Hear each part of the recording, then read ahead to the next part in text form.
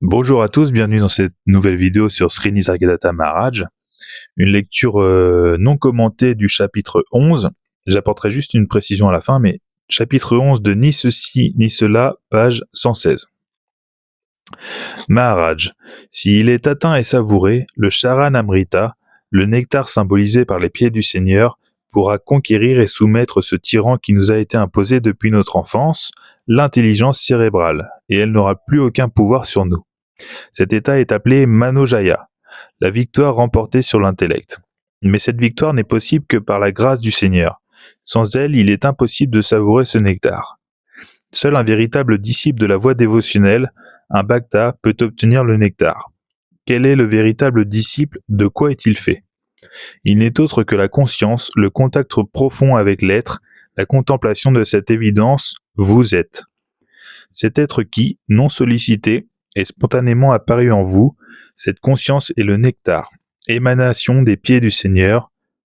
Le cosmos vibrant et tournoyant n'est autre que la conscience représentée par les pieds du Seigneur, et l'univers, l'ensemble de ce qui est connaissable, est le corps de cette conscience. Quelle est sa relation avec les êtres? Elle est le point d'appui de toute perception. En tant que compréhension primordiale je suis, elle est au centre de nous-mêmes, amour de l'être, Charan Amrita. Seul celui qui boit ce nectar est un authentique disciple de la vérité. Celui qui se maintient dans cette continuelle évidence « je suis », celui-là est saint.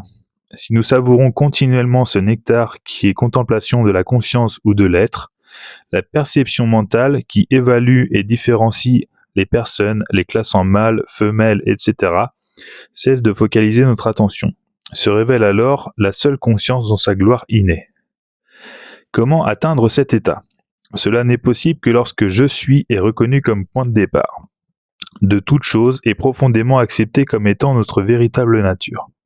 Lorsque vous l'appréhendez avec une conviction profonde et voyez sa correspondance à la formule « je suis ce par quoi je sais que je suis », cette adhésion est le nectar Charan Amrita, appelé ainsi parce qu'il est dit qu'en buvant le nectar, on devient immortel.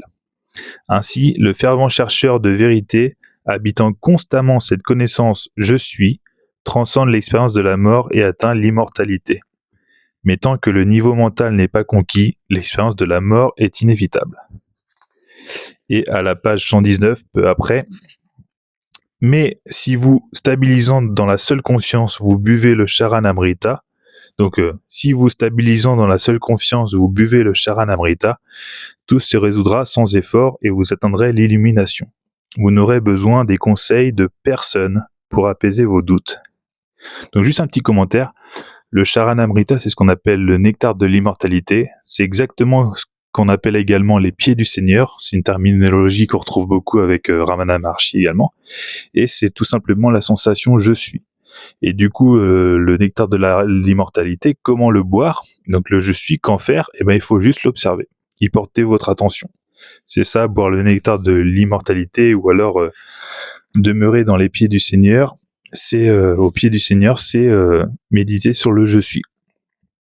Voilà, bonne journée à vous.